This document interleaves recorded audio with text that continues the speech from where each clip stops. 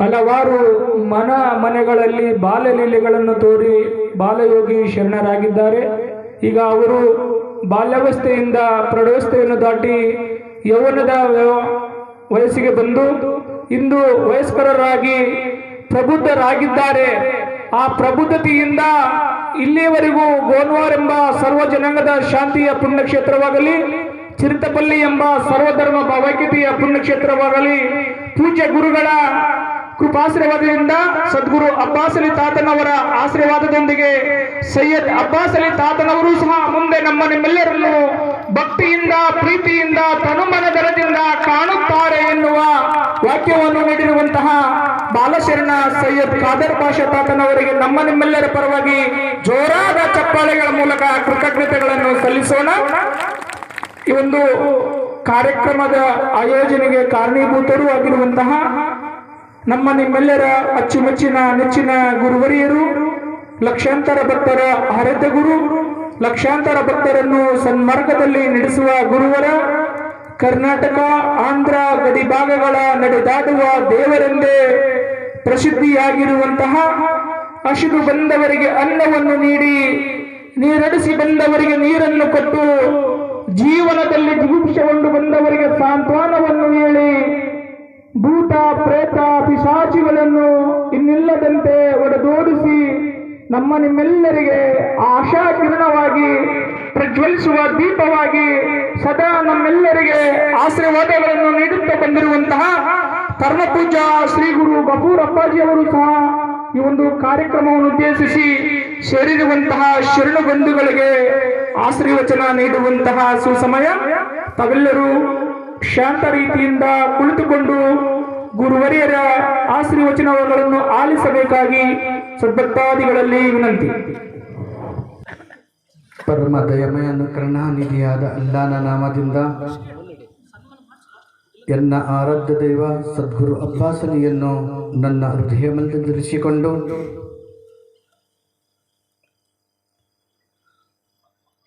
ದಕ್ಷಿಣ ಭಾಗದಲ್ಲಿರ್ತಕ್ಕಂಥ ಕುಂದಿನ ತಾತನ ಪಾದಕ್ಕಿನ ಹಣೆಮಣೆದು, ಪೂರ್ವ ದಿಕ್ಕಿನಲ್ಲಿರ್ತಕ್ಕಂಥ ಕರೆಪ್ಪ ತಾತನ ಕತ್ತರು ಗದ್ದಿಗಿನ ಹಣೆಮಣೆದು, ಪಶ್ಚಿಮ ಭಾಗದಲ್ಲಿರ್ತಕ್ಕಂಥ ಆಂಜನೇಯ ಸ್ವಾಮಿ ತಾತನ ಪಾದಕ್ಕಿನ ಹಣೆಮಣೆದು, ವೇದಿಕೆ ಮೇಲೆ ಆಸೀನರಾಗಿರ್ತಕ್ಕಂಥ ನನ್ನ ಧರ್ಮಪತ್ನಿ ಗೌಶಾ ಬೇಗಂ ಆತ್ಮಕ್ಕೆ ನನ್ನ ಶರಣಗಳನ್ನು ಅರ್ಪಿಸುತ್ತಾ, ಅದೇ ರೀತಿಯಾಗಿ ನನ್ನ ಹಿರಿಯ ಪುತ್ರರಾಗಿರ್ತಕ್ಕಂಥ ಸೈಯದ್ ಅಬ್ಬಾಸ್ ಅಲಿ ಅವರಿಗೂ ನನ್ನ ಶರಣಗಳನ್ನು ಅರ್ಪಿಸುತ್ತಾ, ಅದೇ ರೀತಿಯಾಗಿ ಕಿರಿಯ ಪುತ್ರರಾಗಿರ್ತಕ್ಕಂಥ ಸೈಯದ್ ಖಾದರ್ ಪಾಷಾ ಅವರಿಗೂ ನನ್ನ ಶರಣಗಳು ಅರ್ಪಿಸುತ್ತಾ, ಇವತ್ತಿನ ದಿವಸ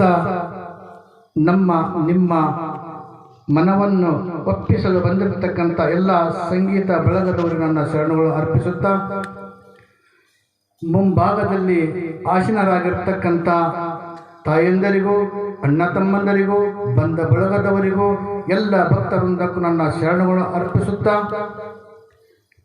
ಪ್ರತಿಯೊಂದು ಕಾರ್ಯಕ್ರಮದಲ್ಲಿ ಭಾಗಿಯಾಗಿರ್ತಕ್ಕಂಥ ಅಂಬರೀಶ್ ಪೂಜಾರಿ ಅವರಿಗೂ ನನ್ನ ಶರಣಗಳು ಅರ್ಪಿಸುತ್ತಾ, ಈ ಕಾರ್ಯಕ್ರಮ ಮತ್ತು ಯೂಟ್ಯೂಬ್ ಮುಖಾಂತರ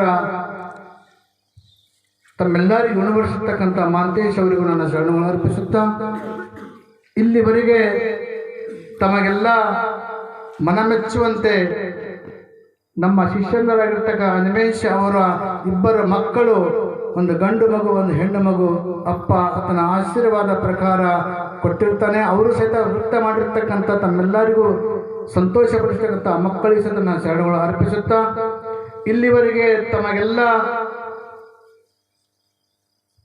ವಿರಳವಾಗಿ ತಮ್ಮ ಮುಂದ ಅಪ್ಪನ ಪವಾಡಗಳು, ಭಕ್ತರ ಒಂದು ಕಾರ್ಯಕ್ರಮಗಳನ್ನು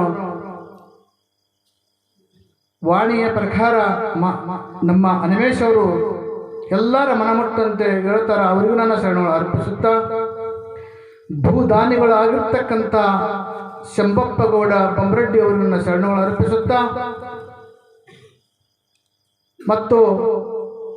ಮತ್ತೋರ್ವ ನನ್ನ ಶಿಷ್ಯರಾಗಿರ್ತಕ್ಕಂಥ ಹುಸೇನಪ್ಪ ಅವರಿಗೂ ನನ್ನ ಶರಣಗಳು ಅರ್ಪಿಸುತ್ತಾ,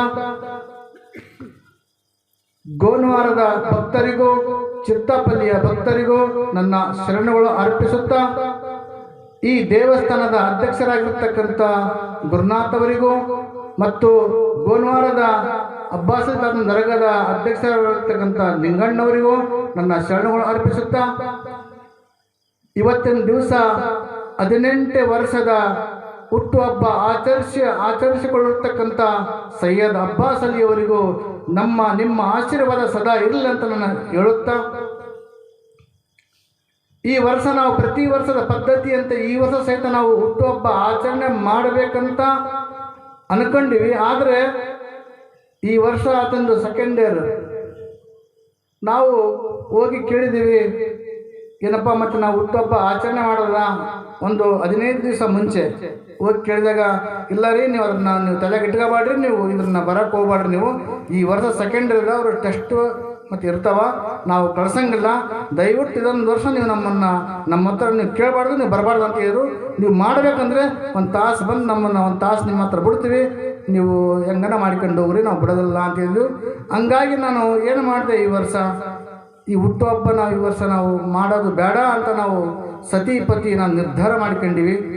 ನಮಗೆ ಮಾಡೋ ಮನ್ಸತಿ ಇಲ್ದಂಗೆ ಆಯ್ತು ಈ ವರ್ಷ, ಯಾಕಂತ ಈ ಥರದಲ್ಲಿ ಮತ್ತೆ ಯಾಕೆ ಮಾಡೋಕೆ ಹೋಗ್ಬೇಕು, ಬೇಡ, ಯಾರಿಗೆ ಹೇಳೋದೇ ಬೇಡ ಈ ವರ್ಷ ಅಂತ ನಾವು ಇಲ್ಲಿವರೆಗೆ ನಾವು ಯಾರಿಗೆ ಹೇಳೋದು ಸುಮ್ಮನೆ ಕುತ್ಕೊಂಡ್ಬಿಟ್ಟಿವಿ. ನನ್ನ ಧರ್ಮಪತ್ನಿ ಹೇಳಿದ್ರು, ಅಲ್ರಿ ನಾವು ಈ ಥರ ಮಾಡೋದು ತಪ್ಪು, ಅಪ್ಪನೊಂದು ಮಾತು ಕೇಳಿಬಿಟ್ರೆ ಆಯ್ತಲ್ಲ, ಆತ ಮಾಡಂದ್ರೆ ಮಾಡಮ್ಮ, ಬಿಡೋದ್ರೆ ಬಿಟ್ಬಿಡಮ್ಮ ಅಂತ ನನಗೆ ಹೇಳಿದ್ರು. ಅದಕ್ಕಾಗಿ ಅನ್ವೇಷ್ ಅವ್ರು ಹೇಳಿದರು, ಪ್ರತಿಯೊಂದು ಕೆಲಸದಲ್ಲಿ ಭಾಗಿಯಾಗಿ ಹೆಗಲು ಕೊಟ್ಟು ನಡೆಸಿಕೊಡ್ತು ಅಂದರೆ ನನಗೆ ಅವಾಗ ತಲೆಗೆ ಬಂತು, ಹೌದು ನಾನು ಕರೆಕ್ಟ್ ತಪ್ಪು ಮಾಡಬಾರ್ದು, ಅಪ್ಪನ್ನ ಕೇಳಬೇಕು ಅಂತ ಅವಾಗ ನನಗೆ ಮನಸ್ಸು ಬಂತು. ಅವಾಗ ಗುರುವಾರ ದಿವಸ ಅಪ್ಪನ್ನ ಕೇಳಿದ್ದೀವಿ, ಏನ್ರಿ ಮತ್ತೆ ಪ್ರತಿ ವರ್ಷ ನಾವು ಹುಟ್ಟುಹಬ್ಬ ಆಚರಣೆ ಮಾಡ್ತೀವಿ, ತಾವು ಹೇಳಿದ ಪ್ರಕಾರ ನಾವು ಮಾಡ್ಬೇಕಂತ ಅನ್ಕೊಂಡ್ರಲ್ಲ, ತಾನೇ ಖುದ್ದಾಗಿ ಮಾಡು ಅಂತ ಹೇಳಿದ್ಮೇಲೆ ನಾವು ಮಾಡಕತ್ತೀವಿ, ಮತ್ತು ಈ ವರ್ಷ ಈ ಥರ ಹೇಳ್ತಾರೆ, ನೀವು ಹೆಂಗೆ ಮಾಡಿದ್ರೆ ಮಾಡ್ತೀವಿ, ಈ ವರ್ಷ ಬಿಡ್ತೀವಿ ಅಂತಂದಾಗ ಅವಾಗ ಅಂದಪ್ಪ ಸರಳವಾಗಿ, ಅವ ಯಾಕೆ ಚಿಂತೆ ಮಾಡ್ತಾನೆ, ನಾನು ಸರಿಯಾಗಿ ನಡೆಸಿಕೊಡ್ತಾನೆ, ಚಿಂತೆ ಬಿಟ್ಬಿಡು ಅಂತ ಹೇಳಂತಂದ. ನಾವು ವಿಚಾರ ಮಾಡಿದೆ ಬೆಳಿಗ್ಗೆ, ಹೆಂಗೆ ಅವ್ರು ಹಿಂಗೆ ಹೇಳ್ಯಾರ, ಇವ್ರು ನಡೆಸ್ಕೊಡ್ತಾ ಅಪ್ಪ ಹೇಳಿದ್ರೆ ಹೆಂಗಾಗುತ್ತಂತ. ಶುಕ್ರವಾರ ದಿವಸ ನಾವು ಶಂಬಾ ಬೋರ್ಡ್ ಅವರು ಬಾಪ ಮತ್ತು ಹೋಗಮ್ಮ ಹಾಸ್ಟೆಲಿಗೆ ಅಂತ ಕಾಲೇಜಿಗೆ ಹೋಗಮ್ಮ ಬಾ ಅಂತಂದ ಕರೆದ ನಾವು ಹೋಗಿ ಕುಂತ್ಕೊಂಡು ಹೋಗಿ ವಿಚಾರ ಮಾಡಿದ್ವಿ. ಅಲ್ರಿ ಮತ್ತು ನಾವು ಮತ್ತೆ ಡಿಸೆಂಬರ್ 28ಕ್ಕೆ ಹುಟ್ಟಿದಬ್ಬ ಐತೆ, ಮತ್ತು ನಾವು ಶನಿವಾರ ದಿವಸ ಕರ್ಕೊಂಡು ಹೋಗ್ತೀವಿ, ಇಲ್ಲ ಆಯ್ತಾರ ಮುಂಜಾನೆ ಕರ್ಕೊಂಡು ಹೋಗ್ತೀವಿ ಅಂತ. ಅಲ್ರಿ ನಿಮಗೆ ಅವಾಗಲೇ ಹೇಳಿ ಮತ್ತೆ ಯಾಕೆ ಬಂತೀವಿ ನೀವು ಅಂತ, ನಾವು ಕಳ್ಸಂಗಲ್ರಿ, ಕಾಲ ಭಾಷೆಯಿಂದ ಕರ್ಕೊಂಡು ಹೋಗ್ರಿ, ನಾವು ಕಳ್ಸಂಗಲ್ಲ ಅಂತ. ಗೌಡನ್ನ ಎಲ್ಲ ಸಪ್ಪಗಾಗ್ಬಿಟ್ಟದ, ಎಲ್ಲ ರೆಡಿ ಮಾಡ್ಕೊಂಬಿಟ್ಟಿನಿ ನಾನು ಅಂತಂದ. ಗೌಡ ನೀನು ರೆಡಿ ಮಾಡ್ಕೊಂಡಿದ್ದೆಪ್ಪ ಅಪ್ಪ ಅಂತಂದನ, ನಡೆಸ್ಕೊಡ್ತಂತೇನ ನಡೀತದ, ನಾವು ಚಿಂತೆ ಮಾಡೋದು ಬೇಡ, ಬಾ ಕುಂದ್ರೆ ಮುಂದೆ ಸುಮ್ಮನೆ ಕುಂತ್ಕೊಂಬಿಟ್ಟು ಮತ್ತೆ ಕೇಳಿದ್ವಿ, ಇಲ್ಲ ಬಿಡಂಗ್ರಿ ನೀವು ಹೋಗ್ಬಿಟ್ರಿ, ನಾವು ಕೊಡಂಗ ಅಂತ. ಮತ್ತು ಯಾರಿಗೆ ಹೇಳೋದು ಯಾಕೆ ಸುಮ್ಮನೆ ಹೇಳ್ಬೇಡ, ಸುಮ್ಮನೆ ಕುಂತ್ಕೊಂಡಿವಿ. ಗೌಡ ಏನಿಂದ ಮತ್ತೆ ಹೆಂಗೆ ಮಾಡೋಣಪ್ಪ ಅಂತ ಸ್ಕೂಲದ್ದು ಇದು ನೋಡಿ ಕುಂತ್ಕೊಂಡಿವಿ. ನಾಳೆ ಎದ್ದು ಹೋಗ್ಬಿಡಮ್ಮ ಅಂತ ವಿಚಾರ ಮಾಡ್ಕೊಂಡಿವಿ. ಆ ಕಡೆದು ಮತ್ತೆ ಅಲ್ಲಿ ಸ್ಕೂಲ್ನಾಗ ಇರ್ತಕ್ಕ ಟೀಚರ್ ಬಂದರು, ಏನ್ರಿ ಈ ಕಡೆ ಯಾಕೆ ಬಂದಿರಿ ನೀವು ಅಂತ ಕೇಳಿ ನಮ್ಮನ್ನು ಕೇಳಿದ್ರಿ. ಮತ್ತು ನಾವು ಬಂದುಬಿಟ್ಟಿವಿ, ಹುಟ್ಟಿದಬ್ಬ ಐತೆ, ಅವ್ರು ಕಳ್ಸಂಗ ನಂತರ ಏನು ಮಾಡ್ತೀವಿ ಸುಮ್ಮನೆ ಕುತ್ಕೊಂಡ್ಬಿಟ್ಟಿವಿ ಅಂತ. ಅವ್ರು ಹೆಂಗೆ ಕಳ್ಸಂಗಲ್ಲ ಬಾ ಹೋಗಮ್ಮ ಅಂದರು. ಹೋಗಿ ಕೇಳಿದ್ವಿ, ಹೇಳ್ರಿ ಹುಟ್ಟಿದಬ್ಬ ಐತೆ, ಹುಡುಗ ಕಳ್ಸ್ಕೊಡ್ಬೇಕಂತಂದ್ರೆ. ಇಲ್ಲ ರೀ ಕಳ್ಸಂಗ, ಪ್ರಿನ್ಸಿಪಲ್ ಅಪ್ಪಣೆ ಆಗಿಲ್ಲ ಅವ್ರು ಬೇಡ ಅಂತ ಯಾರಿಗೆ ಬಿಡಬೇಡ ಅಂತ ಹೇಳ್ಬಿಟ್ರೆ, ನಾವು ಯಾರಿಗೆ ಬಿಟ್ಟಿಲ್ಲ, ನಾವು ಬಿಡೋದಿಲ್ಲ ಅಂತಂದ್ರೆ. ಇಲ್ಲರಿ ಅವ್ರು ಯಾರಂತ ತಿಳ್ಕೊಂಡ್ರಿ ನೀವು, ತಾತನವ್ರ ಮಗ. ಯಾಕಂತೀಗ ಭಕ್ತರು ಅವರಿಗೆ ಎಷ್ಟೋ ಜನ ಕಾಯ್ತಿರ್ತಾರೆ, ಅವ್ರು ಹುಟ್ಟಿದಬ್ಬ ಮಾಡ್ತಾರೆ ಅಂತ ಕಸಿ, ನೀವು ಬಿಡಲಿಲ್ಲ ಅಂದಾಗ ಮತ್ತು ಇದನ್ನು ಹೆಂಗೆ ಮಾಡೋಕ್ಕಾಗ್ತದ, ಎಲ್ಲ ತಪ್ಪು ಎಲ್ಲ ಮಾಡ್ಬಿಟ್ಟು ನೀವು ಬಿಡ್ರಿ ಅಂತಂದ್ರೆ. ಅಂತಂದ್ರೆ ನೀವು ಪ್ರಿನ್ಸಿಪಾಲ್ ಹೇಳ್ತಾರೆ, ಅದು ನಿಮ್ಮ ಜವಾಬ್ದಾರಿ ಬಿಟ್ಬಿಡ್ದು, ನೀವು ಕರ್ಕೊಂಡು ಹೋಗ್ರಿ ಅಂತಂದ್ರೆ. ಅವಾಗ ನಾವು ಶನಿವಾರ ದಿವಸ ಹೇಳಿದ್ವಿ ಎಲ್ಲರಿಗೆ ಹುಟ್ಟಿದಬ್ಬ ಮಾಡ್ಬೇಕಂತ. ಹಿಂಗಾಗಿ ಒಮ್ಮೆದಮ್ಮೇಲೆ ನಾವು ವಿಚಾರ ಮಾಡಿಕೊಂಡು ಈ ವೇದಿಕೆ ಶರಣರ ವೇದಿಕೆ ಪ್ರಕಾರ ನಮ್ಮ ಅಂಬರೀಷ್ ಪೂಜಾರಿ ಹೇಳಿದರು, ಹುಟ್ಟುಹಬ್ಬ ಮಾಡಬೇಕಾದ್ರೆ ಅನ್ನದಾನ ಮಾಡೋ ಸಲುವಾಗಿ ಮಾಡ್ತಾರೆ. ನಿಜ ಸತ್ಯ ಈ ಮಾತು. ಯಾಕಂತೇಳಿಕ ಯಾರ್ದು ಹುಟ್ಟುಹಬ್ಬ ಇರ್ತದ ಅವತ್ತು ದಿವಸ ಅನ್ನದಾನ ಮಾಡಬೇಕಂತ ಪುರಾಣ ಸತ್ಯ ಹೇಳ್ತದ, ಎಲ್ಲ ತತ್ವಗಳು ಇದೇ ಹೇಳ್ತದ. ಅದಕ್ಕಾಗಿ ನಾವು ಈ ಹುಟ್ಟಿದಬ್ಬ ಆಚರಣೆ ಮಾಡಬೇಕಾದ್ರೆ ಸದ್ಗುರಿನ ಆಶೀರ್ವಾದ ಆತ ಮಾಡಂದ್ಮೇಲೆ ನಾವು ಮಾಡಕ್ಕೆ ಹಚ್ಚಿವಿ. ಅದಕ್ಕಾಗಿ ಈ ವರ್ಷ ಸಹಿತ ಇದು ಬಂದಾಗ ನಡೆಸಿಕೊಟ್ಟ ಮೇಲೆ ನನಗೆ ವಿಚಾರ ಭಾಳ ದೊಡ್ಡದು. ಯಾಕಂತೇಳಿಗ ಇಂಥ ಹುಟ್ಟಿದಬ್ಬ ಪ್ರತಿಯೊಬ್ಬರು ಮಾಡಬೇಕಂತ ನನ್ನ ಆಸೆ. ಮಕ್ಕಳನ್ನ ಸಂತೋಷಪಡಿಸೋದೇ ಒಂದು ಆಸೆ. ಮಕ್ಕಳೇ ನಮ್ಮ ಆಸ್ತಿ. ಮುಂದಿನ ಪೀಳಿಗೆ ಅಂದರೆ ಮಕ್ಕಳು. ಒಂದು ದೇಶ ಕಟ್ಟಬೇಕಾದ್ರೆ ಮಕ್ಕಳು ಬೆಳೆಸಬೇಕು, ಯಾವ ಥರ ದೇಶ ಕಟ್ಟಬೇಕಂತ. ಹಂಗಾಗಿ ಶರಣರ ಒಂದು ಸನ್ನಿಧಿಯನ್ನು ಯಾವ ಥರ ಬೆಳೆಸಬೇಕಂತ ನಾವು ಮಕ್ಕಳಿಗೆ ತೋರಿಸ್ತಾರೆ ಅಂದ್ರೆ ಅವ್ರು ಬೆಳೆಸಕ್ಕೆ ದಾರಿ ಮಾಡ್ತಾರ. ನಾವು ಮಕ್ಕಳಿಗೆ ನಾವು ಒಕ್ಕಲ್ತನ ಕಲಿಸ್ಬೇಕಾದ್ರೆ ಹೊಲಕ್ಕೆ ಕರ್ಕೊಂಡು ತೋರಿಸಿದಾಗ ಮಾತ್ರ ಈ ಥರ ಮಾಡ್ಬೇಕಂತ ಮಾಡ್ತಾರ. ಒಂದು ವಿದ್ಯೆ ಕಲಿಸ್ಬೇಕಾದ್ರೆ ಗುರು ಯಾವ ಥರ ಕಲಿಸ್ತಾನ ಆ ಥರ ಕಲಿಸ್ತಾರೆ ಮಾತ್ರ ಮಕ್ಕಳಿಗೆ ವಿದ್ಯೆ ಬರ್ತದ. ಸಂಸ್ಕಾರ ನಾವು ಕಲಿಸ್ಬೇಕಾದ್ರೆ ನಮ್ಮ ಮಕ್ಕಳಿಗೆ ನಾವು ಮಕ್ಕಳಿಗೆ ಯಾವ ಥರ ಕಲಿಸ್ಬೇಕಂತ ನಾವು ಮಕ್ಕಳಿಗೆ ನಾವು ಹೇಳಿದ್ರೆ ಮಾತ್ರ ಸಂಸ್ಕಾರ ಬರ್ತದ. ನಿಮ್ಮಪ್ಪ ಅಂತ ತಾಯಿ ಹೇಳಿದಾಗ ಮಾತ್ರ ನಮ್ಮಪ್ಪ ಅಂತ ನಮಗ ಆತ ಅಲ್ಲ ಅಂದ್ಬಿಟ್ರೆ ಅಲ್ಲಮ್ಮಂಗ್ಲತ್ತ. ಹಂಗಾಗಿ ನಾವು ಮಕ್ಕಳಿಗೆ ಇದೇ ಥರ ತಾವು ತಾಯಂದಿರಾಗಲಿ ಎಲ್ಲ ಭಕ್ತರಾಗಿರಲಿ ಎಲ್ಲ ಈ ಕಾರ್ಯಕ್ರಮದಲ್ಲಿ ಭಾಗಿಯಾಗಿರ್ತಕ್ಕಂಥ ಎಲ್ಲ ಭಕ್ತರಿಗೂ ಇನ್ನು ಮುಂದೆ ಆ ಸದ್ಗುರುವಿನ ಆಶೀರ್ವಾದ ಪ್ರಕಾರ ಇನ್ನು ಮುಂದೆ ಹೆಚ್ಚು ಸದ್ಗುರುವಿನ ಆಶೀರ್ವಾದ ಮಳೆ ಬೆಳೆ ಆರೋಗ್ಯ ಭಾಗ್ಯ ಎಂಬ ಶಬ್ದ. ಯಾಕಂತ ಆರೋಗ್ಯನೇ ನಮ್ಮ ಭಾಗ್ಯ. ಆ ಭಾಗ್ಯದ ಮುಂದೆ ಇನ್ನೊಂದು ಭಾಗ್ಯ ಇಲ್ಲ. ಆ ಭಾಗ್ಯ ನಮ್ಮ ಸದೌಕಾಲ ಆ ಸದ್ಗುರುವಿನ ಆಶೀರ್ವಾದ ಎಲ್ಲ ಭಕ್ತರ ಮೇಲೆ ಇರಲಿ. ಮತ್ತೆ ಮುಂದಿನ ವರ್ಷ ಆಚರಣೆ ಮಾಡಿಸಿಕೊಳ್ಳಿರ್ತಕ್ಕಂಥ ಸದ್ಗುರು ಅಬ್ಬಾಸ್ ಅಲಿ ತಾತನ ಆಶೀರ್ವಾದದಿಂದ ಹುಟ್ಟಿರ್ತಕ್ಕಂಥ ಅಬ್ಬಾಸ್ ಅಲಿ ಅವರಿಗೂ ಮತ್ತು ಸೈಯದ್ ಖಾದರ್ ಬಾಷಾ ಅವರಿಗೂ ಮತ್ತು ಎಲ್ಲ ಮಕ್ಕಳ ಮೇಲೆ ಸದಾ ಇರಲೆಂದು ನಾನು ಕೇಳಿಕೊಳ್ಳುತ್ತಾ ನನ್ನ ಈ ವೇದಿಕೆ ಮೇಲೆ ಮಾತಾಡೋ ಅವಕಾಶ ಮಾಡಿಕೊಟ್ಟಿರ್ತಕ್ಕಂಥ ಎಲ್ಲ ಭಕ್ತ ವೃಂದಕ್ಕೂ ನನ್ನ ಶರಣುಗಳನ್ನು ಅರ್ಪಿಸಿ ಎರಡು ಮಾತು ಮುಗಿಸ್ತಾನೆ. ಜೈ ಹಿಂದ್ ಜೈ ಭಾರತ. ಕೊಟ್ಟರು ಏನಪ್ಪ ಅಂದ್ರೆ ದುಂಬಿ ಪಿಡದ ಹೇಪಳುವ ದುಂಬಿಯೇ ನೆನೆದ ದುಂಬಿಯೇ ತಾನಾಗಿ ತೋರುವಂತೆ. ಒಂದು ಹುಳ ಇರ್ತದ, ದುಂಬಿ ಹುಳ ರೆಕ್ಕೆ ಬರ್ತದ. ಅದಕ್ಕೆ ರೆಕ್ಕೆ ಬರ್ಬೇಕಂದಪ್ಪ ಅಂದ್ರೆ ಅದು ಬಾಳುಳ ಇರ್ತದ. ಯಾರು ಬಾಳುಳ? ಈ ಸೈಯದ್ ಅಬ್ಬಾಸ್ ಅಲಿ ತಾತನವ್ರು ಬಾಳುಳ ಆಗ್ಯಾರ. ಅದನ್ನ ಎತ್ಕೊಂಡು ಯಾರು ಮಾಡಕತ್ತಾರ? ಗಫೂರ್ ತಾತನವರು ತನ್ನ ಒಳಗಿಟ್ಟುಕೊಂಡು ತನ್ನಂತೆ ನೆನೆದು ದುಂಬಿಯ ತಾನಾಗಿ ತೋರುವಂತೆ. ಯಾಕಂದ್ರೆ ತನ್ನಂತೆ ಮಾಡಿಕೋಬೇಕಾದ್ರೆ ಅದರ ಆ ಶಬ್ದವನ್ನು ಅದಕ್ಕೆ ಕಲಿಸಬೇಕಾಗ್ಯದ.